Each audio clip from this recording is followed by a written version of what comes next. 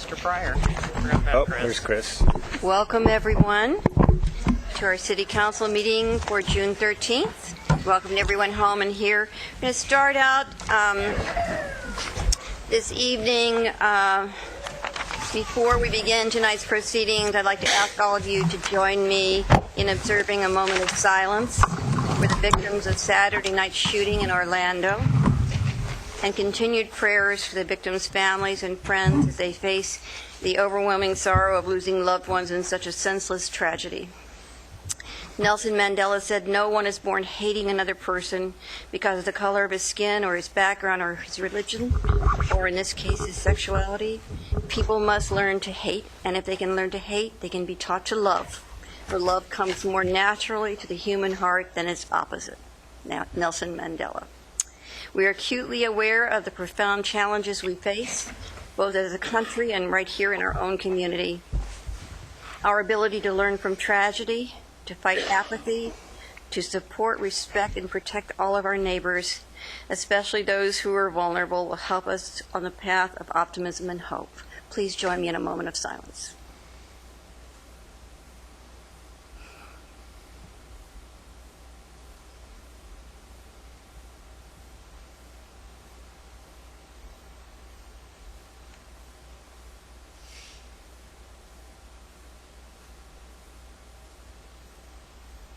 Thank you all very much. Next up is have a Pledge of Allegiance. We recite the Pledge of Allegiance to the flag this evening in honor of Flag Day on June 14th. And with us tonight we have, let me see. To commemorate Flag Day on June 14th, I will begin by reading an excerpt from a recent presidential proclamation and ask you to join us in reciting the Pledge of Allegiance to the flag. For more than 200 years, the American flag has been a proud symbol of the people of our nation and the values for which we stand. In hues of red, white, and blue, it reflects centuries of struggle and sacrifice, a constant reminder of our journey from 13 colonies to a nation united in freedom and liberty, and of the patriots and pioneers who fought for these ideals at home and abroad. On Flag Day and during National Flag Week, we pay tribute to this banner of hope and opportunity, and we celebrate the story of progress it represents. With broad stripes and bright stars, our flag has connected Americans across our country, around the globe, and throughout the chapters of our history. In a new world, it stood as a beacon of promise and possibility. In the dawn's early light, it offered a glimmer of hope as the fate of our young nation was decided, and after a civil war that divided our union, the Star-Spangled Banner once again united our people. As courageous women and men marched and protested to broaden our democracy's reach and secure their civil rights, they carried the American flag, understanding the enormous potential it embodied. Today, it is because of an unbroken chain of heroes who have served in our armed forces and worn the flag they defend that Old Glory still waves over the land of the free and the home of the brave. As we place our hands over our hearts, or as we salute the symbol of the country we love, let us pause to reflect on the legacy of our nation and embrace the common threads that bind us together as Americans. I want to invite to come up here to lead us in the flag salute, Tia Spath. Spath, is that correct? Yes. And she is an incoming association student body president from Sheldon High School. She's in the National Honor Society and works outside of home. And she is joined by Kalia Naibi, who's an incoming school board representative from Sheldon High School and is on the National Honor Society board and in varsity soccer. Please come up here and lead us in the, thank you so much for coming. We really appreciate you being here. Everyone, let's stand up.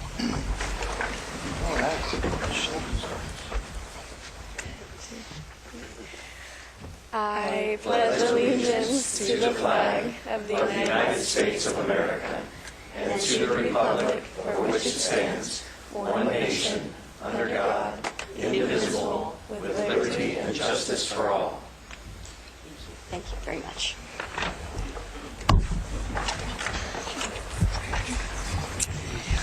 Okay.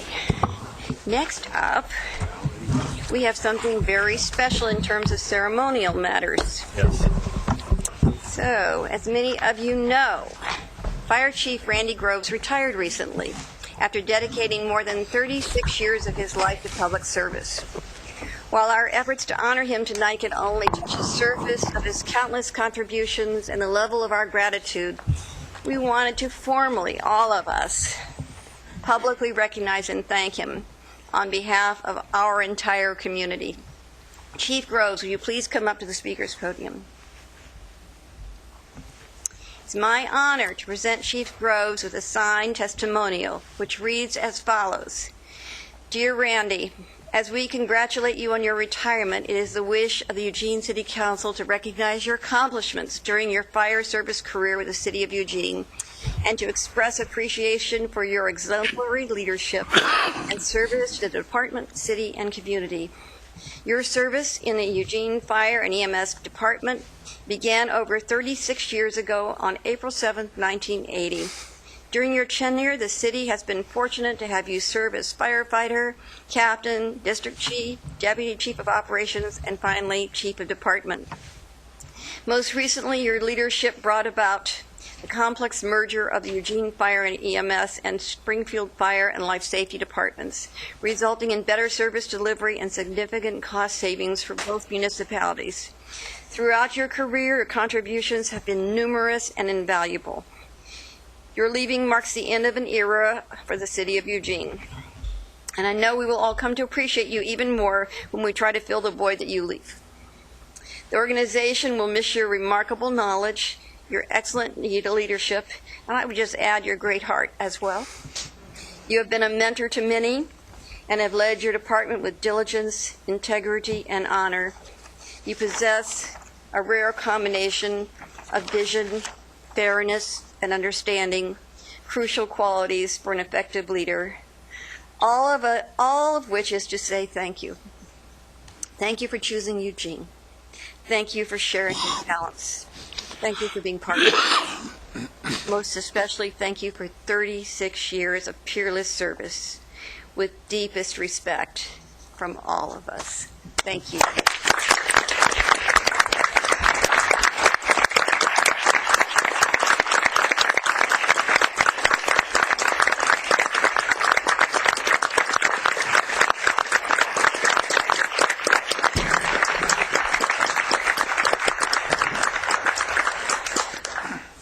Thanks, Chief.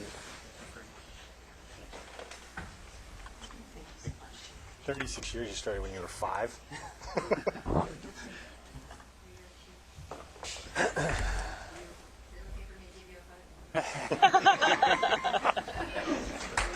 What? I didn't do that.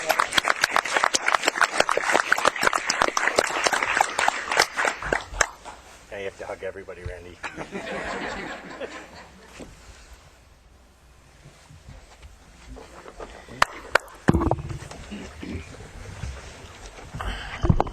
Mayor and Council, I wanted to thank you so much for this honor. It is I who thank you for allowing me to serve. It's been a privilege. It's been an honor. I got in this line of work for the excitement. I stayed for the service. I want to thank John Reese. I think he's been a fantastic boss and an incredible leader and mentor. I thank the executive management team. I thank my family, who I couldn't do this without. And I am so appreciative of my team in the fire department. And I know that we're leaving the organization in incredibly good hands. Joe Zaludik is a very capable chief, and he has a great team behind him. So with that, thank you. I plan to be active in the community and still look for ways to serve and help where I can. And I'm just overjoyed with my career and being able to do the things and I've been able to do and with the team I've been able to operate with. So thank you. Thank you, Randy.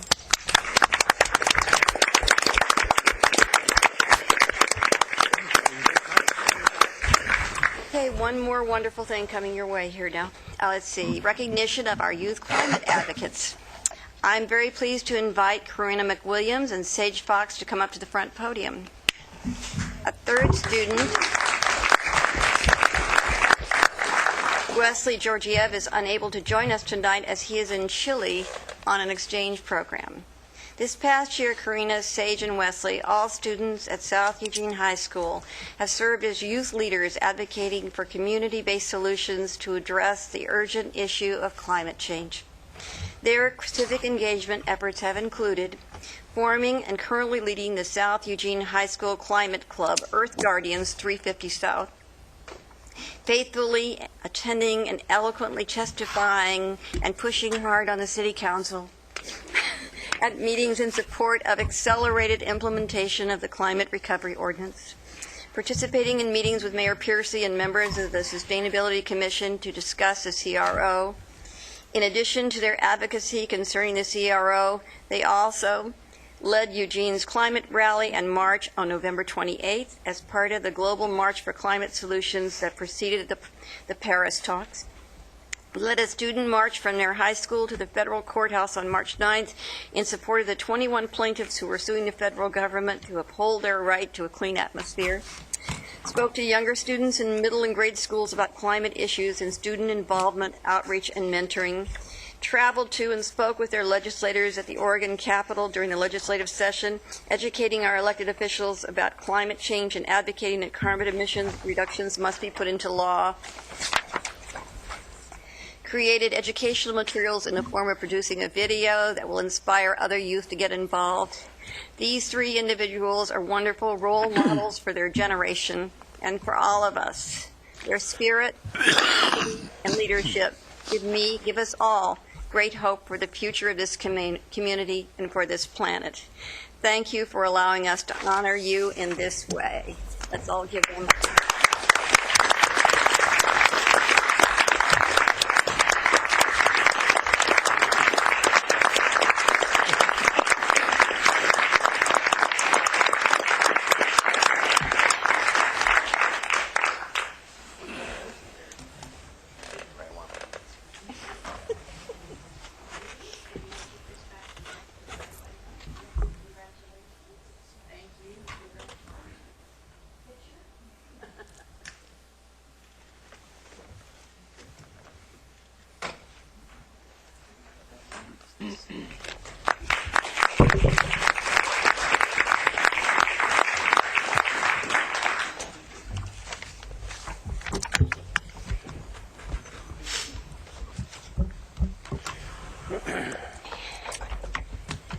Right. Next up is a public forum.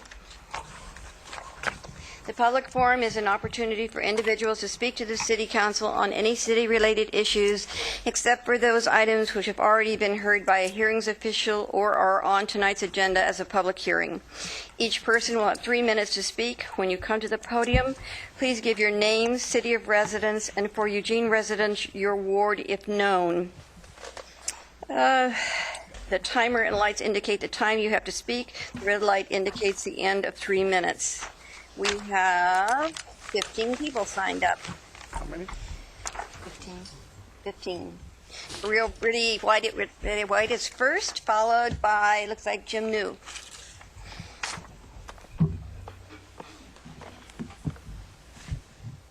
Good evening, Mayor Piercy, Council. My name is Corey Alroday White. I live in Ward 1.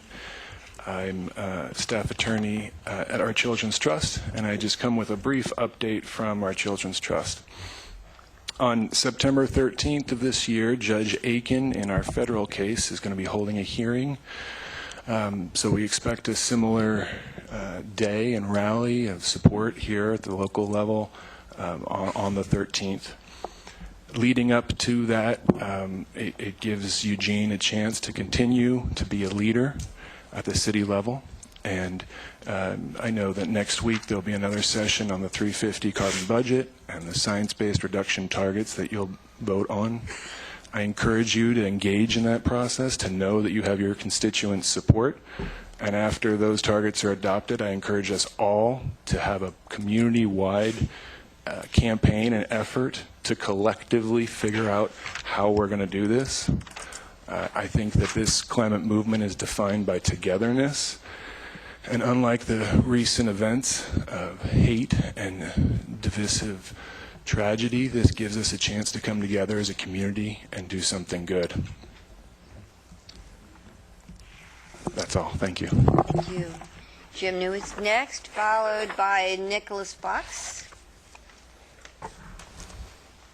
Mayor and Council, my name is Jim New. I live in Ward 7. I had the opportunity to attend the May 18th Climate Recovery Ordinance work session. I thank the Mayor and Council members in attendance for the insight and commitment to meeting the carbon reduction goals by 2020 and 2030. Two important points were brought up by members that I would like to address the Mayor and all the Council members. One, Mr. Pryor stated that the city needs to communicate and prepare the public its intent to reduce community-wide greenhouse gas emissions 10% below 1990 levels by 2020 and reduce community-wide fossil fuel use 50% by 2030. Communication to the public could be the most important step to successfully accomplishing the CRO goals set by Council if started immediately. A Eugene resident contemplating improvements such as a remodel, addition, appliance upgrade, or HVAC upgrade may be influenced by the city's CRO goal. A city resident contemplating a photovoltaic solar installation needs to be informed that some tax credit incentives end December 31st, 2016. Residents contemplating a vehicle purchase should be informed that plug-in hybrids and electric vehicles have tax credits of $2,500 to $7,500 depending on battery size, insurance discounts for electric cars, Oregon tax credits to cover 25% of an electric vehicle charger, and business credits of 35% of an electric vehicle purchase for businesses. These incentives, tax credits, and opportunities need to be conveyed to the Eugene residents every 6 months in a CRO newsletter, alerting the public on how to save money on sustainable, renewable, energy-efficient improvements that will help reach the city's goal for reducing greenhouse gas emissions. Most people do not talk about the issues on a daily basis. The city of Eugene needs to sell this type of mentality and thought process to the general public. In order to reach the 350 carbon budget and provide a better future for generations to come, such as these young people that you have honored tonight. Second, Councilmember Taylor mentioned regulating vehicle particulate emissions, which is currently required in the Portland area. All of us have been stuck behind a gross polluting vehicle. In order for the city to reach the Climate Recovery Ordinance community-wide goal, Lane County may have to require smog certificates on a regular basis at registration renewals. This process is in place, and the city and county should explore this regulation. Biannual Climate Recovery Ordinance newsletter would be instrumental in preparing the public for transitioning into a carbon-reducing future and would show the public the steps the city is taking to lead by example. Thank you very much for your time. Nicholas Fox is next, followed by Karina McWilliams.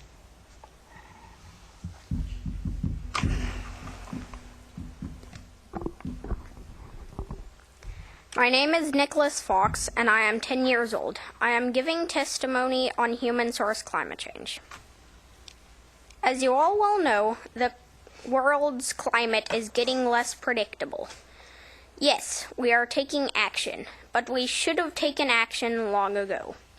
If we realized that human-source climate disruption was going to grow into such a plague that it is now, then that would have saved us a lot of trouble. The sad thing is, we didn't. Therefore, we should learn from our mistakes and work on solving the climate problem now. Do we want future generations to hide from the outside, wishing that the world was in the state it was before we broke our promise to it? Do we want all living things to suffer just because we're too selfish to give up what is feeding human-source climate disruption? Maybe we deserve it with the terrible things we've done. However, do the animals deserve it? Do the plants deserve it? What about people with a low carbon footprint? For most of you, the answer to all these questions is no. It is also likely that the no you're thinking of is huge, bold, and has 15 exclamation marks behind it. If that is true for you, then you should work hard for those things not to happen. In fact, you should all, enthusiastic about it or not, work hard to make a better future than the present. Thank you. Thank you. Karina McWilliams is next, followed by Sage Fox. Good evening. My name is Karina McWilliams. You probably recognize me by now. I'd like to start by thanking you all for the award. I'm incredibly honored, and I'm incredibly thankful for all your time and all that you do for the city. Thank you for meeting with us on May 26th. We really look forward to more communication about the CRO implementation and more generally the safety of Eugene's climate. As you all know, in communities, communication is imperative when facing any kind of adversity. Climate change affects every facet of a functioning global community, ecosphere included, on an extremely severe level, and the world has never faced a threat more universal than climate change. So because climate change is such a boundless issue, it requires a more than executive decision-making. It requires a societal shift in philosophy and a brand new approach to everyday life, one with atmospheric conservation in mind. It requires complete cooperation, complete interconnectedness between all city departments and citizens, and complete commitment from everyone. Thank you again for all your time and for the recognition. Sage Fox is next, followed by Jen Miley. Hello, I'm Sage Fox. I'd like to thank you again, Mayor Piercy and the councilors, so much for the recognition and for attentively listening to us all the weeks we've been coming throughout the year. We really appreciate all of your consideration.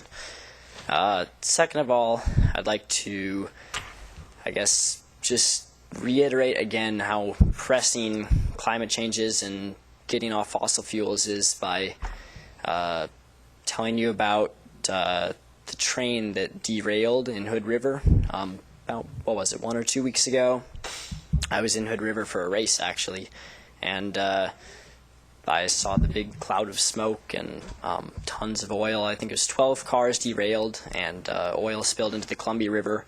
And that's not even a part of climate change itself. That's just oil and fossil fuels and pollution. But it still just goes to show that fossil fuels are such a dirty source of energy and so dangerous to transport, to burn, to harness energy from.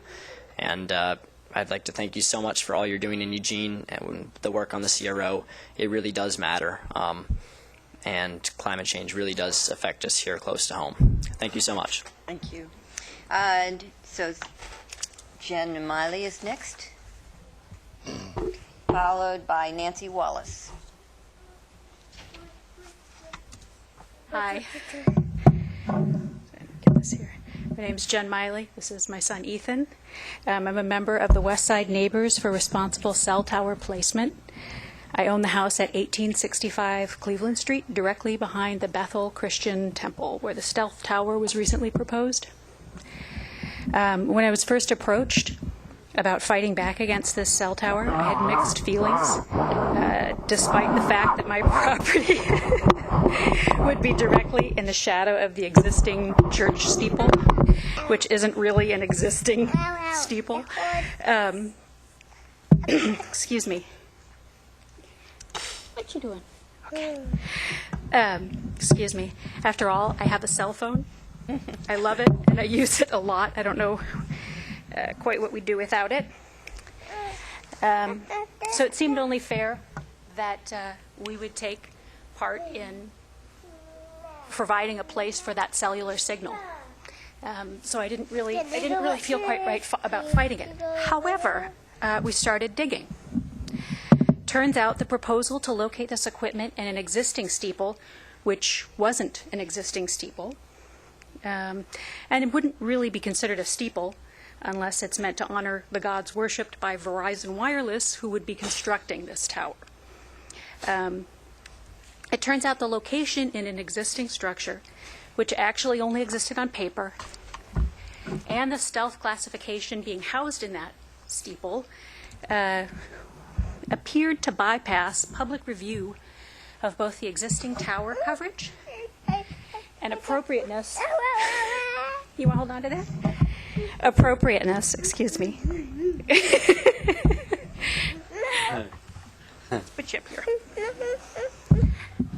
Excuse me. Appropriateness and location of the new antenna. I want to go up there. You want to go on there?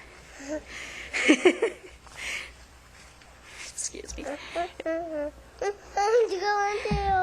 So, excuse me. Do you want to stand here? Yeah, this might be better. Show me where you are. Okay, here we go.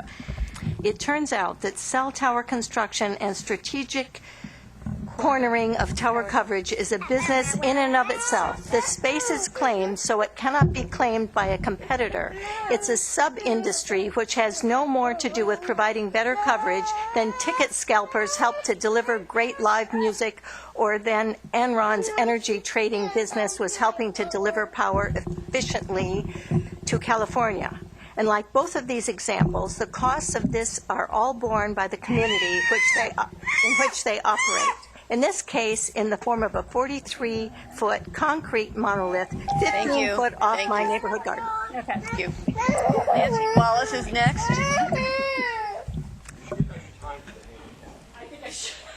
My name is Nancy Wallace, and I live at 205 West 19th Avenue, Ward 1.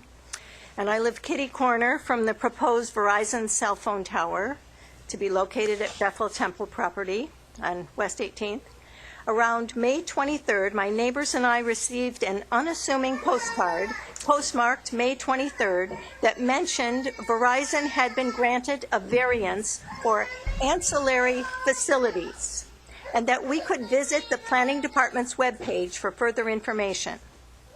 Visiting the webpage revealed the ancillary facilities were, in fact, permission to build a 43-foot structure to house a cell tower. When we contacted the city land use analyst, Mike McCurrow, about our objections, we were told it was a done deal and we shouldn't waste our time filing an appeal, and that we should have responded to an earlier card that was mailed several weeks earlier. Now, none of the neighbors I've spoken with remember this earlier card, and even if we had received it, the card did not indicate that Verizon was planning on building a cell tower. Instead, the card merely revealed that Verizon had applied for a tentative partition to create 2 lots. We asked the council, if you received these 2 cards, would you understand that Verizon planned and was granted a variance to build a 43-foot cell tower 15 feet from one neighbor's property and 60 feet from another's? Would you feel these notices fulfilled our Metro Plan's call for active, ongoing, and meaningful citizen involvement? Or would you feel, as we did, that the city had done a shoddy job of notifying and seeking input from the neighborhood, and that the process, as it currently is being practiced, is designed to obfuscate and minimize public commentary and involvement? 2 weeks ago, it was our neighborhood, a modest, working-class area in West Eugene. Tomorrow, it may be yours. And with a planning division that uses misleading tactics to facilitate corporate interests, you may not know a cell tower will be almost literally in your backyard until it is too late. In order to make it less likely that corporations can exploit ambiguities in our city codes, we urge the city manager to make revising and refining these codes a priority. City council members can help us make this revision process a reality. Next is Kate Sullivan, followed by William Maris.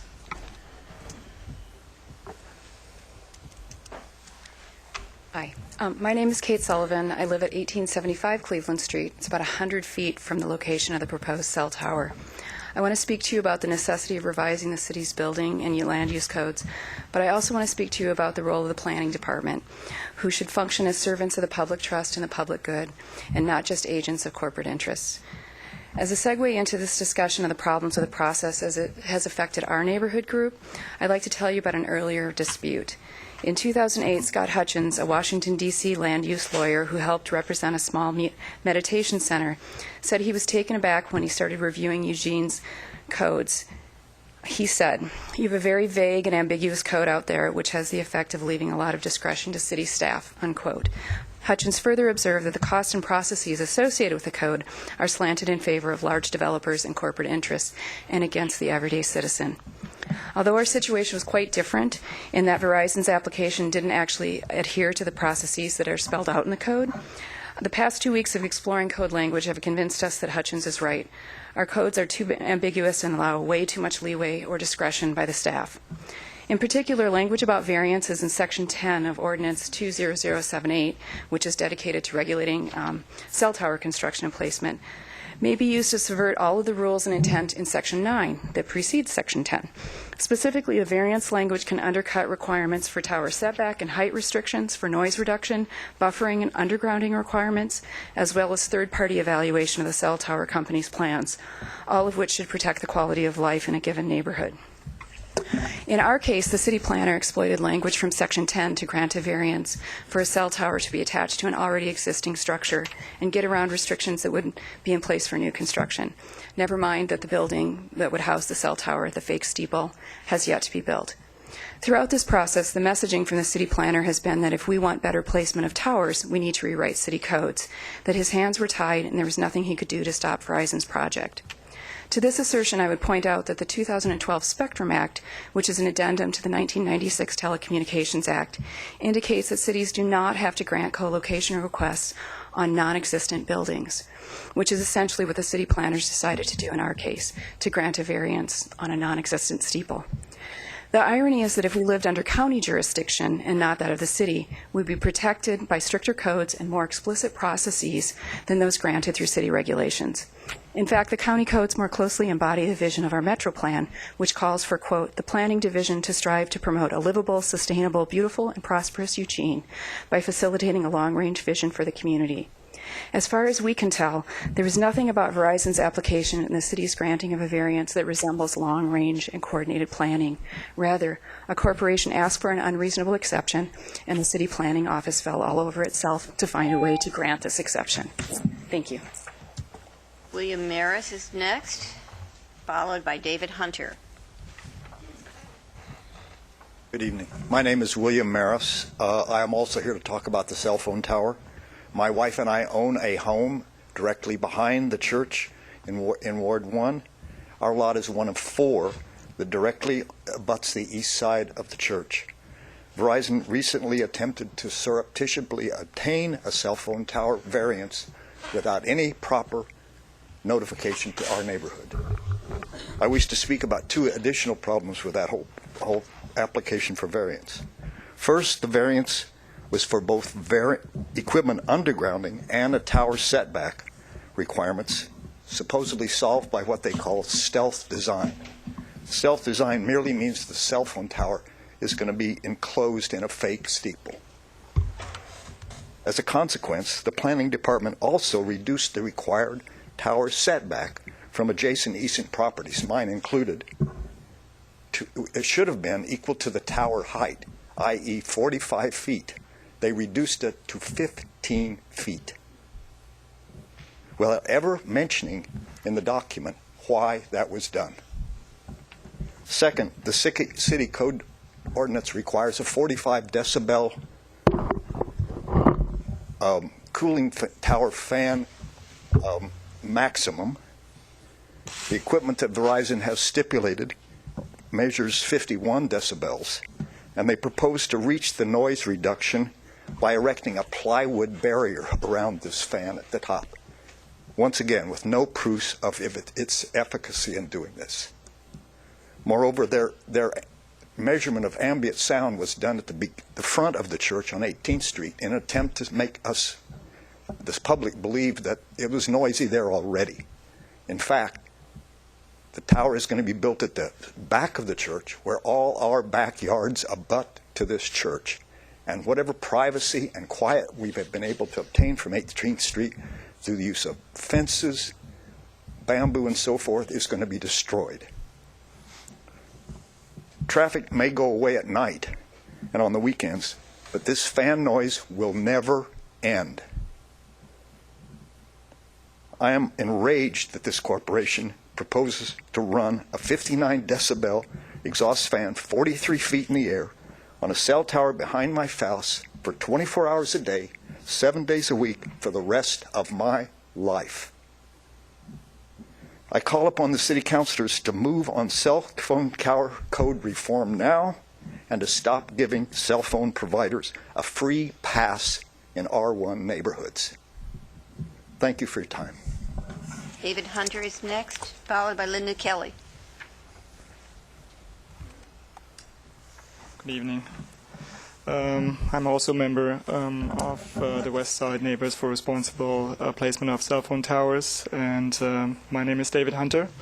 I live on 1885 Cleveland Street with my wife Simone and our children Louis and Josephine, who are 14 and 9 years old. And I speak here tonight on behalf of my family and all the people in our neighborhoods, ultimately also in the city, who are opposed to a newly proposed cell phone tower by Verizon in our neighborhood, and who are also frustrated about the approval process for cell phone towers in our city in general. Our property line is about 125 feet from the 43-foot tower, which is proposed by Verizon.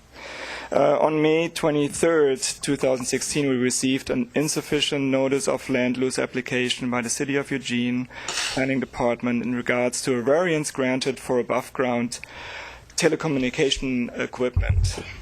Looking more closely into the nature of the notice, we learned that Verizon was planning a cell phone tower on the grounds of the Bethel Temple Church on 2170 West 18th Street in a steeple structure which not yet exists, right behind our backyards. We also learned that over the last years, telecommunication companies nationwide are specifically citing churches to place antennas and wireless towers, preferably in steeples due to their height. We feel this is really extremely concerning. Churches are granted exemptions to exist in residential zones based on their social value for the spiritual well-being of a community. These exemptions create a goodwill loophole that gets exploited by telecommunication companies which are using the church's privileged status to encroach into residential zones for profit making. Churches receive their special status for being churches and doing spiritual-related activities. The exemption that allows for churches to be sited in residential neighborhoods was never intended to let churches and their facilities be used for unrelated purposes, such as housing telecommunication equipment or being a telecommunication facility. Using religious symbols like as steeples, for example, to house and camouflage telecommunication equipment for financial gain is for us misleading the public about the true nature of the religious building, tower, etc. Will allow telecommunication companies to sneak in wireless equipment into communities without being noticed, creating health hazards, property value decreases, noise disruptions, etc. and bypasses a much more stringent approval process for cell phone towers, which would involve community participation, third-party evaluation, etc. We think this is really unethical and should be changed. Thank you. Thanks. Linda Kelly is next, followed by Bill Sharp.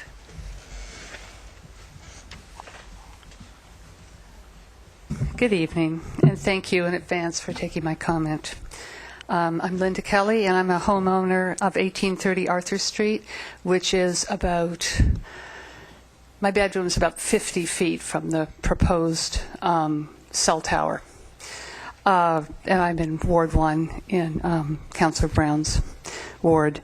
So I want to speak today about the issue of cell tower placement in R1 neighborhoods in general.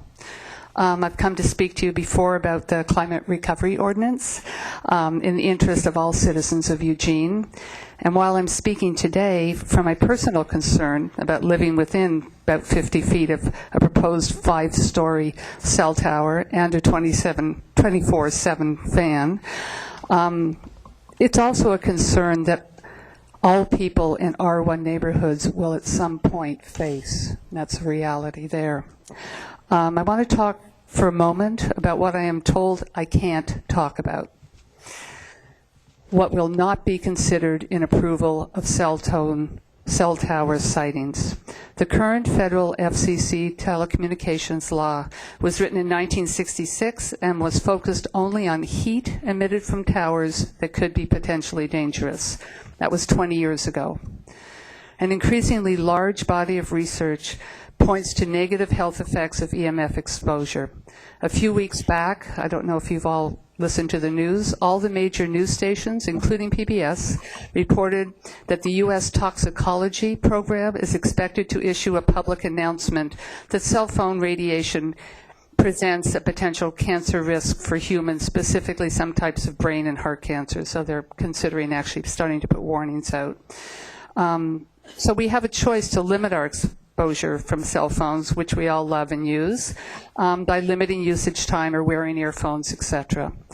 EMR emitted from larger towers situated next to residential homes is a radiation of a different magnitude and cannot be modified. We're stuck with it 24 hours a day, 7 days a week, period.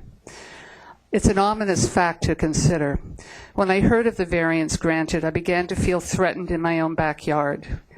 You know, I just felt distance from my productive vegetable garden. I felt really very invaded, and it wasn't even there yet.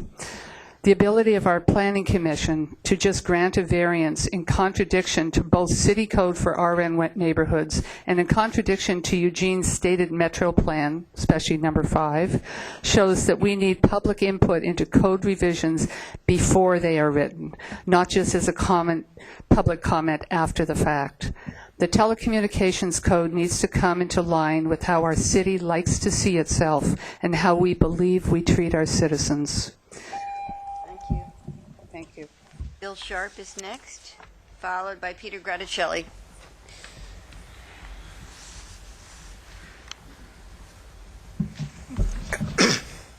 Good evening, members of the council. My name is Bill Sharp. I practiced law in Eugene for 37 years, and I'm in Ward 1.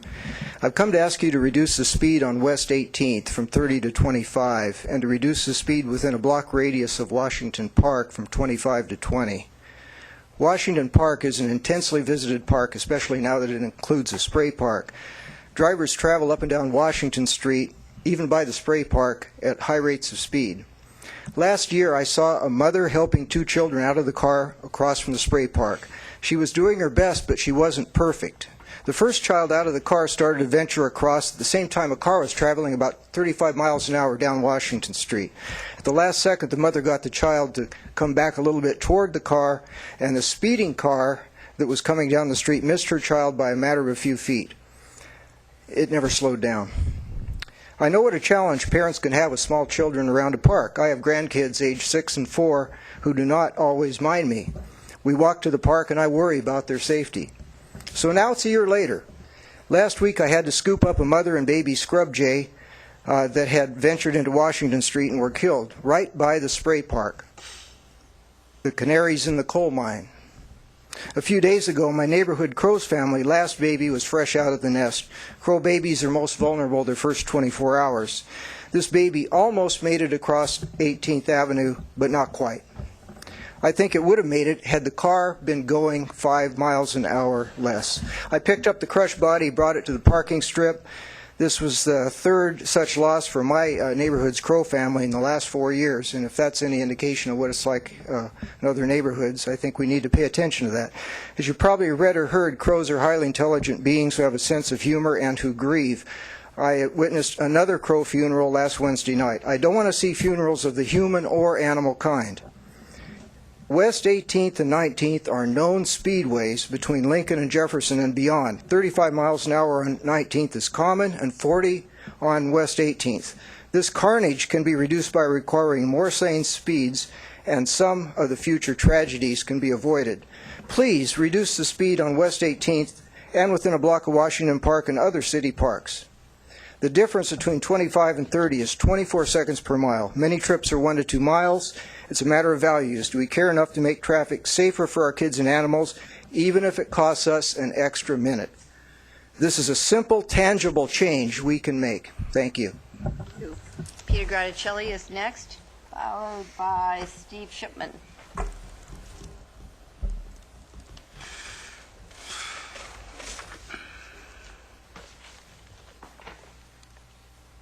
I'm Peter Grotticelli.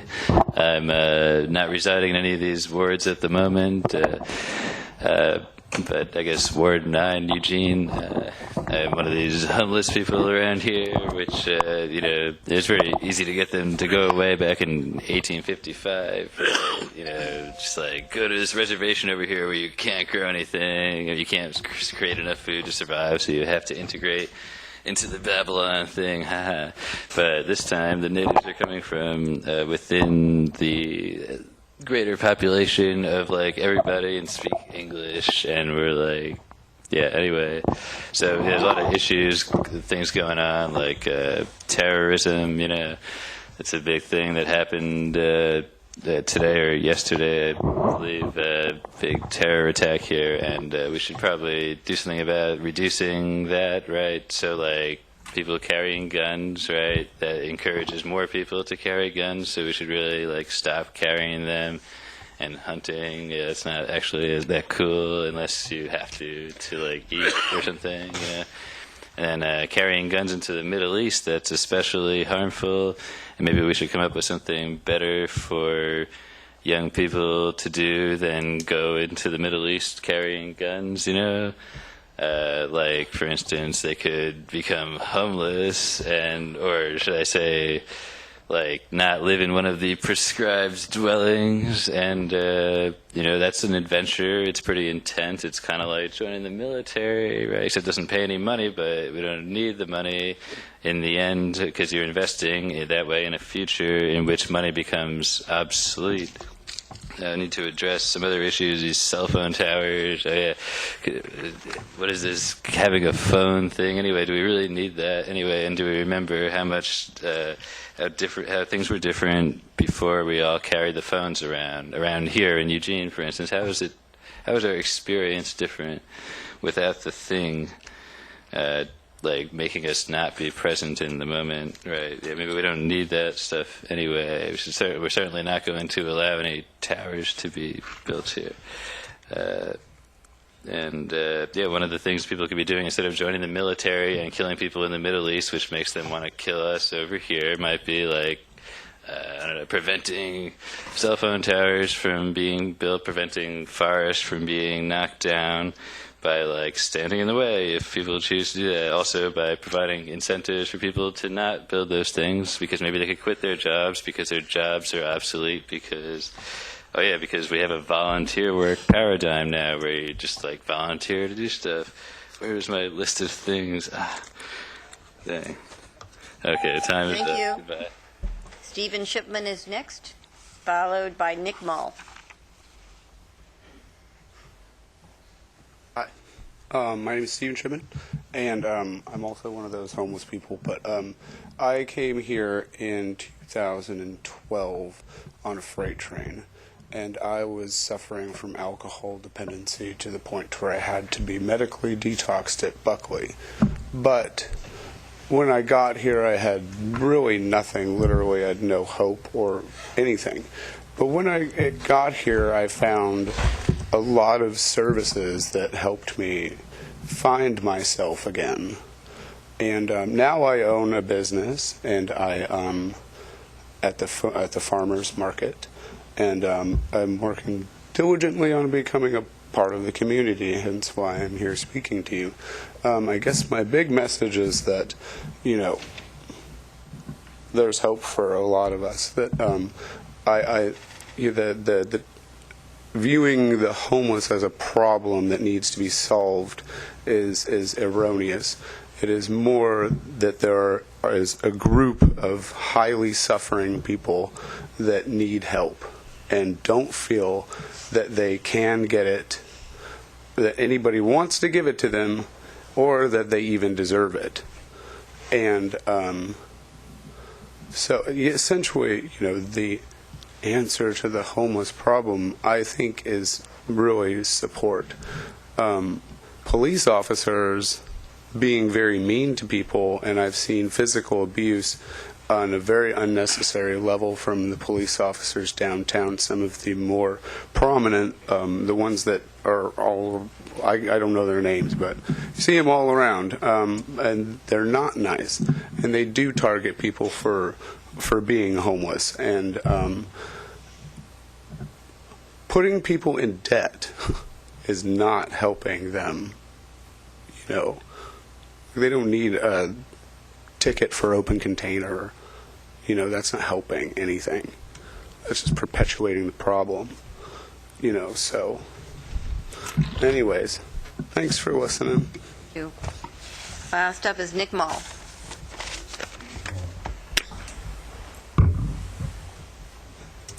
Hello, Council. I am Nick Mall, also at the EG350 Club, but I'd like to introduce Wesley Georgiev, who is in Chile, but wants to Skype in and testify. Please let him know if he's not loud enough.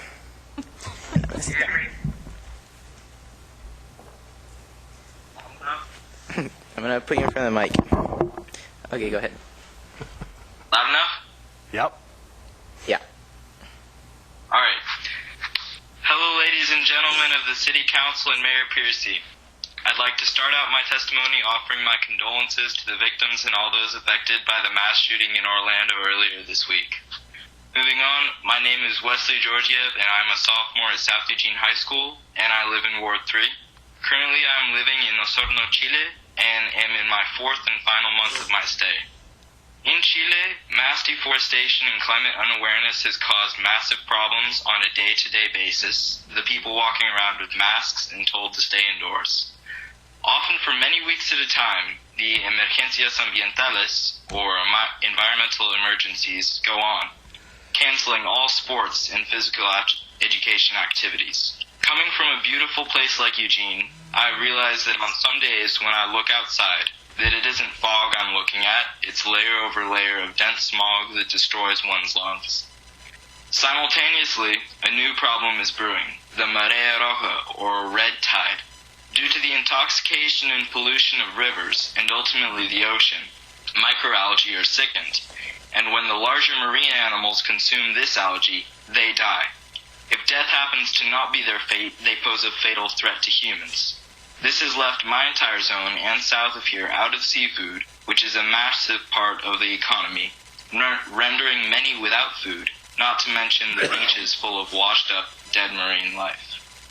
The reason I bring this up is to emphasize that what goes around comes back around, in the sense that the things we do in our city inadvertently affect communities worldwide.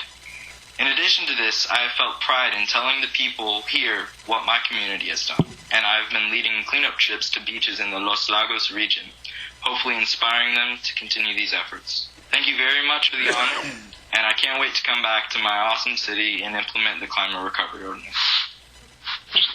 Thank you. Thank you. Well done. In the public forum, tell Wesley that he has a little recognition from us coming, okay? And appreciate this is a #1 time I think we've ever had a Skype at a forum, so this is a #1, so very good. Also just want to let you guys know that, what was it, day before yesterday is when I got back from China. And, it was a climate forum summit between the United States and China as the two biggest emitters on the planet. And very, very useful in many ways, but I think the most remarkable thing to me was to be there for 6 days and never see the sky.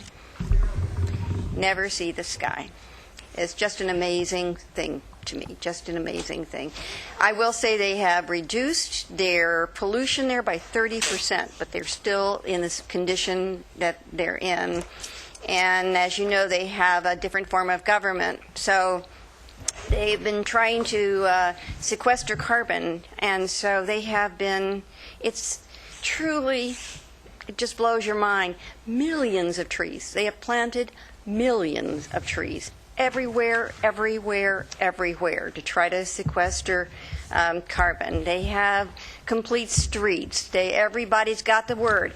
Only electric bikes. I mean, they are working on it on every front in a total you will do it way, because they're trying to bring those carbon emissions down. So it was a very, very interesting experience that I'd love to share with you all sometime.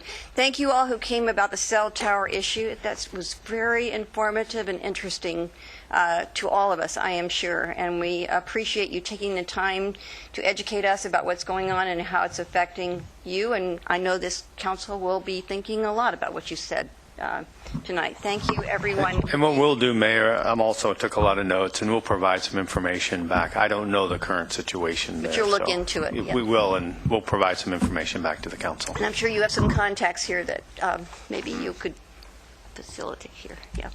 All right, anybody else? All right. Mayor? Yes.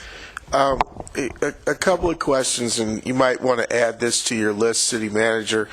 One, I believe that about a year or so ago, and maybe Councilor Taylor can correct me on this, but I know that AT&T had an application for a similar structure in South Eugene on a cemetery.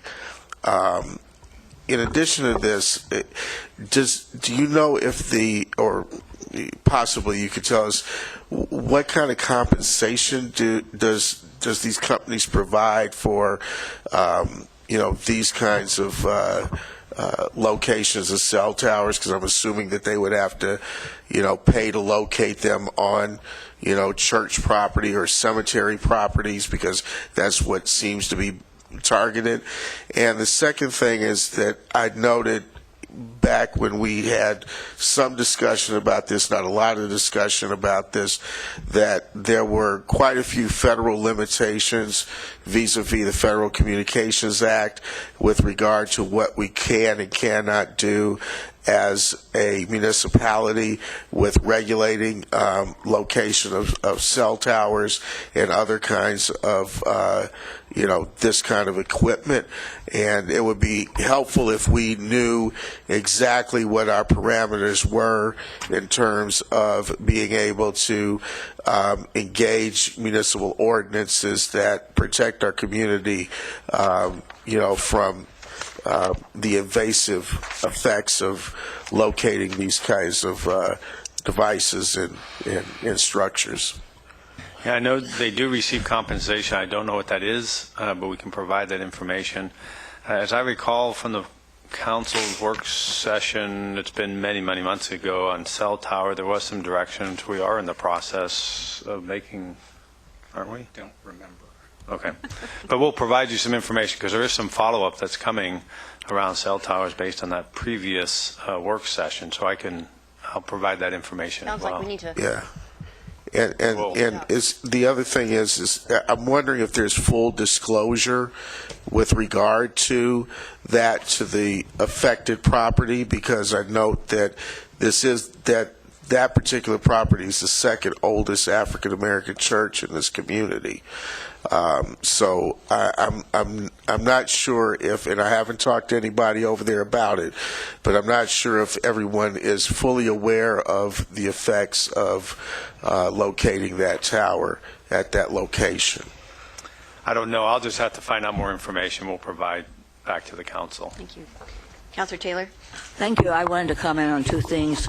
I thought we had directed staff to come back with information about what we can do to regulate cell towers. We know what we can't do, but what we can do. And I hope it will be in time to help the people who are currently affected. And the other thing I wanted to comment on was speed. We recently passed a Vision Zero resolution, which at the time I said I was reluctant to vote for because it probably would not mean anything.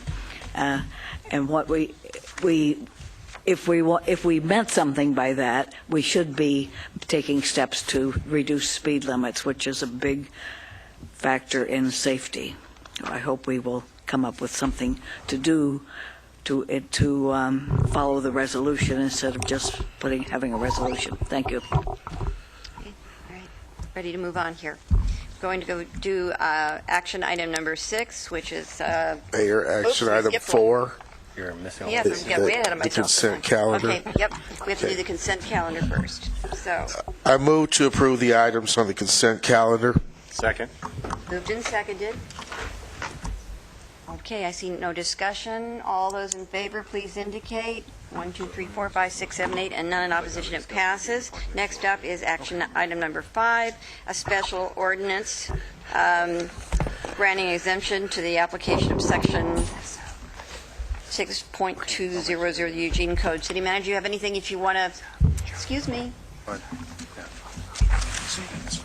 you have anything you want to say before I put the motion on the table for this one? I can introduce the item, Mayor. Sorry for the interruption. That's all right. This is an ordinance to provide a 5-year exemption to the city burn ban. Similar exemptions have been reviewed and approved every 5 years since 1990, and this exception would allow the City of Eugene and partners to conduct controlled ecological burns in a subset of lands within the city limits, primarily the West Eugene wetlands. These lands are owned by the city, the Nature Conservancy, and the Bureau of Land Management. And ecological burning is one of several techniques used to manage and restore wetland prairies and rare plants and animals that call them home. A maximum of 250 acres would be burned in any 1 year.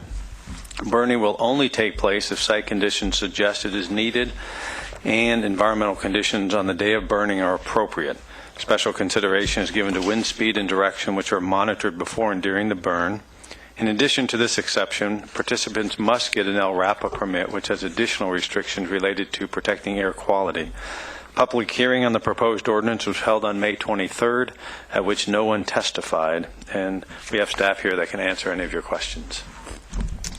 Councilor Clark? Thank you, Mayor. A number of years ago, I was very proud to speak out against field burning in our state, and fact is, some friends of mine gave me a fairly difficult time for some of the comments I made in the newspaper about it being, I think what I said at the time was it was horse and buggy agricultural technology in a broadband age, It was really quite stupid for us to be doing that. And I had a problem with it because all the folks north of us that were doing field burning still at the time were willing to suspend it during the time we had Olympic trials in town. And I said, wow, they wanted to think of the health of those athletes. That's very nice and everything, but my kids play on the street every day out there, and I'm sorry, but that's just ridiculous. So if it's bad for them, it's bad for everybody. I, on the same token, remember very important conversations we've had about how it's important for us to fine people $500 for burning in their backyards that they do, even burning for the sake of heat.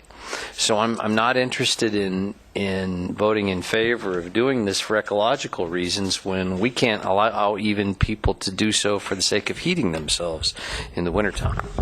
Councilor Surratt? Thank you. So I served on the LRAPA board for at least a year, maybe 2, I can't remember exactly, but this topic came up at the board. There's really no comparison between the controlled burning that is permitted by this exemption with the field burning that send up huge columns of very dangerous pollution. I agree, and I'm glad that the state legislature finally took action on that. But the burn that we're talking about does have a local effect, and certainly I think LRAPA needs to consider the impact on folks in the immediate area, and it can disrupt people's ability to enjoy their home and their backyard during the time that it's occurring for that day. But they do have a very prescriptive process in place, and they will stop the burn or not allow it to go forward if conditions on the ground change. So it's not a perfect system, but it does provide an ecological benefit, and it's another way to control invasive species besides using chemical controls. So I think, folks want to get more information about it. LRAPA is very responsive to folks asking for information about this kind of process. And as I said, they have a very prescriptive process in place for actually allowing a burn to go forward. And it's a it's a piece of how we have managed to take land back and make it into a well-recognized and important wetland in our area that we have gone to great lengths to build and protect. Councilor Taylor. Thank you. Some people have just heard about this in spite of the fact that there was a public hearing. And I would move that we postpone action to give people more opportunity to make objections, ask questions, or make suggestions. Second. Moved and seconded. Further discussion? All those in favor, please indicate. 1, 2, 3, 4. In opposition? 1, 2, 3, 4. I'm going to support the current burning of the wetlands because I think it's important for the health of the wetlands. I'll support that. So we'll move on with this. Passes. Okay. Excuse me, Oh, that Mayor. was the. That was on Taylor's motion. Councilor Taylor's motion, and so her motion, I voted against her motion, which goes down.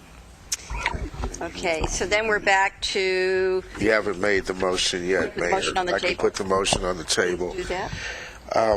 I move to adopt Council Bill 5154 to provide a 5-year exception to the application of the Eugene Code 6.200 to provide for a prescribed burning by the U.S. Bureau of Land Management, the Nature Conservancy, and the City of Eugene for wetland vegetation protection, management, and restoration.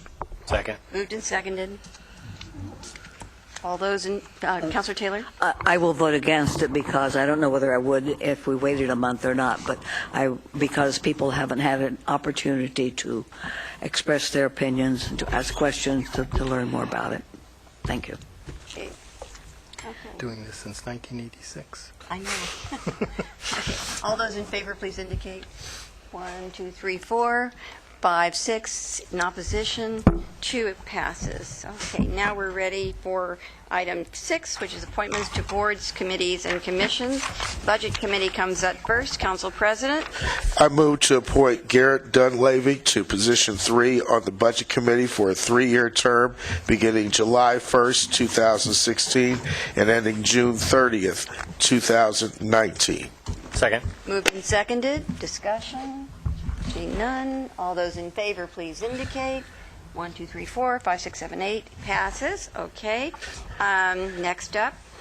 I move to appoint John Jasper to position 5 on the Budget Committee for a 3-year term beginning July 1st, 2016 and ending June 30th, 2019. Second. Moved and seconded. Discussion? Okay, we're ready to vote. All those in favor, please indicate. 4, 5, 6, 7, 8 in favor, none in opposition. It passes. Okay, next one. I move to appoint Sean Londahl to position 6 on the Budget Committee for an unexpired term ending June 30th, 2018. Second. Moved and seconded. Ready to vote. All those in favor, please indicate. 8 in favor and none in opposition. It passes. Congratulations to our Budget Committee appointees. Next up is the Civilian Review Board. I move to reappoint Steve McIntyre to position 3 on the Civilian Review Board for a 3-year term beginning July 1st, 2016 and ending June 30th, 2019. Second. Moved and seconded. Okay, I think we're ready to vote. All those in favor, please indicate. 8 in favor and none in opposition. It passes. Next one. I move to reappoint Christopher Wigg to position 4 on the Civilian Review Board for a 3-year term beginning July 1st, 2016 and ending June 30th, 2019. Second. Moved and seconded. Ready to vote. All those in favor, please indicate. 8 in favor, none in opposition. It passes. Next one. I move to appoint Richard Rosetta to position 6 on the Civilian Review Board for an unexpired term beginning July 1st, 2016 and ending on June 30th, 2018. Second. Moved and seconded. Ready to vote. All those in favor, please indicate. 8 in favor and none in opposition. Passes. Congratulations to the new members of the Civilian Review Board. Historic Review Board is next. I move to appoint Zarina Bell to position 2 on the Historic Review Board for an unexpired term ending June 30th, 2017. Second. Moved and seconded. All those in favor, please indicate. 8 in favor, none in opposition, passes. Congratulations to Zarina. On to the Human Rights Commission. I move to appoint Arya Segelman to position 5 on the Human Rights Commission, a 3-year term beginning July 1st, 2016 and ending on June 30th, 2019. Second. Moved and seconded. Discussion. Ready to vote. All those in favor, please indicate. 8 in favor, none in opposition, passes. Okay, next. I move to appoint Julia Johnson to position 6 on the Human Rights Commission, a 3-year term beginning July 1st, 2016 and ending June 30th, 2019. Second. Moved and seconded. Getting good at this. Ready to vote. All those in favor. 8 yes, no no's.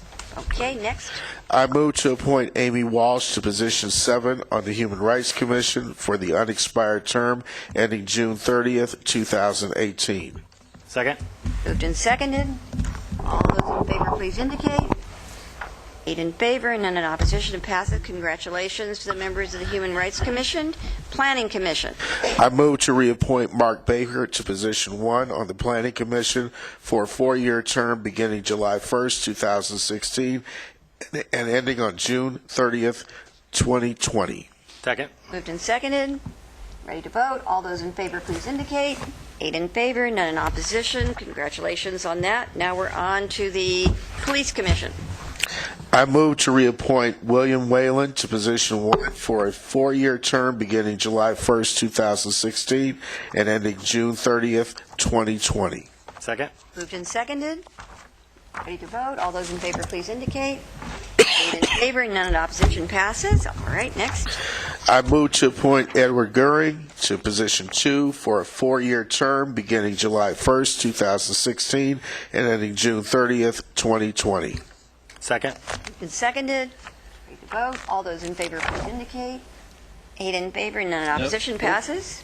Oh, sorry. Did you have your hand up? Nope. Oh, okay. But did somebody have their hand up? Nope. Okay. No, you asked for a vote, Mayor, and I think you had 7 in favor. It's 7 and 1 against. All those against? All those against. You had 7 in favor. Oh, did I? Yes, ma'am. I misspoke. Sorry. Thank you for that. All right. 8 in favor and none in opposition, passes. All right. You just said 8. It's 7, Why is it 7 to 1. I did not vote for You him. did not Oh, vote. you're voting no. Okay, that's what I thought. Surprise. 7 in favor, 1 against. Okay, in opposition, 1. 7 to 1, passes. Thank you. I'm sorry, I didn't see your hand, Mike. All right, next up. I move to appoint Justine Donahauer to position 3 for a 4-year term beginning July 1st, 2016 and ending June 30th, 2020. Second. Moved and seconded. Okay, all those in favor, please indicate. I truly see 8. All right, no opposition. All right, next up. I move to appoint Silver Mogart to position 8 for a 4-year term beginning July 1st, 2016 and ending on June 30th, 2020. Second. Moved and seconded. All those in favor, please indicate. Again, I see 8 and no opposition. Okay. Congratulations to all the Police Commission members. Now we're on to the Sustainability Commission. No, that's right. You're just going to The mayor. Oh, that's me. I formally recognize the following council-appointed members of the Sustainability Commission. Councilor Brown appointed Ralph McDonald to the Ward 1 position for a 4-year term beginning July 1st, 2016 and ending on June 30th, 2020. Councilor Poling reappointed Kevin O'Brien to the Ward 4 position for a 4-year term beginning July 1st, 2016 and ending on June 30th, 2020. So congratulations to them. Now we're on to the Toxics Board. Did we skip one? Councilor Tabor. Mayor, What? No. did we pull Councilor Taylor's? She withdrew it. Oh, she withdrew? You didn't withdraw your No, I appointed Evan Fodor Evan Fodor. To which? Instead of Jerry. to the Ward 2 position. Instead of Jerry Deal. It's not on the amended deal. Oh. It's our original one, but it was crossed. It's part of the Sustainability. Okay. Sustainability Thank Commission. you. So I will also announce that Counselor Taylor reappointed, not appointed, didn't reappoint because Jerry's not doing it, appointed Evan Fodor to the Ward 2 position for a 4-year term beginning July 1st, 2016 and ending on June 30th, 2020. Okay, now we're on to Toxics Board. Okay. I move to appoint Derek Toma to position 1 and industry representative on the Toxics Board for a 3-year term beginning on July 1st, 2016 and ending June 30th, 2019. Second. Moved and seconded. Okay, all those in favor, please indicate. I'm counting 8 and no opposition. Okay, congratulations on that. Now we're at the Willamette Natural Area Citizen Planning Committee. I move to reappoint Nancy Bray to position 6 on the Willamette Natural Area Citizen Planning Committee for a 3-year term beginning July 1, 2016 and ending June 30th, 2019. Second. Moved and seconded. All those in favor, please indicate. 8 in favor, none in opposition, passes. Next one. I move to appoint Laurel Burke to position 12 on the Willamette Natural Area Citizen Planning Committee for an unexpired term ending June 30th, 2017. Second. Moved and seconded. All those in favor, please indicate. 8 in favor, none in opposition. Congratulations to everybody. All the appointments are made and recognized. And now I move to end the meeting.